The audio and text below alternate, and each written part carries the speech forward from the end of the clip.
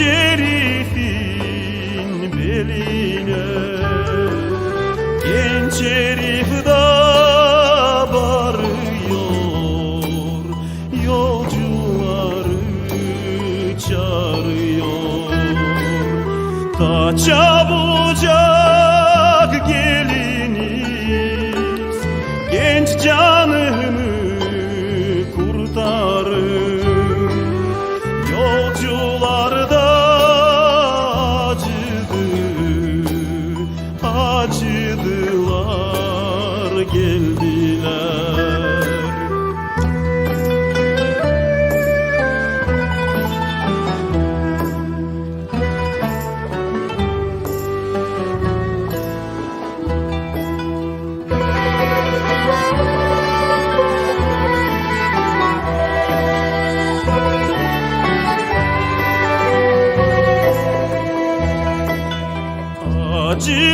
Acıdılar, geldiler, kurtarayım ettiler.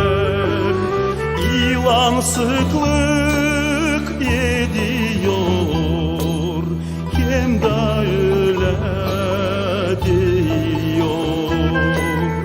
Geri durun yolcular, bu genç bize adanmış, bu genç bize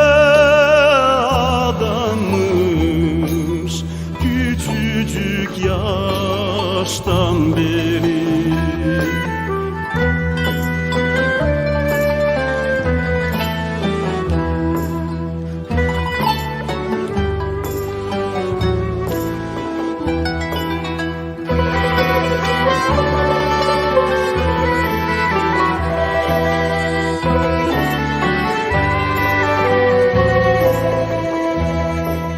Kırmızı kanını içelim, pembe tenini solduralım. Allah'tandır yargısı, ana baba betvası.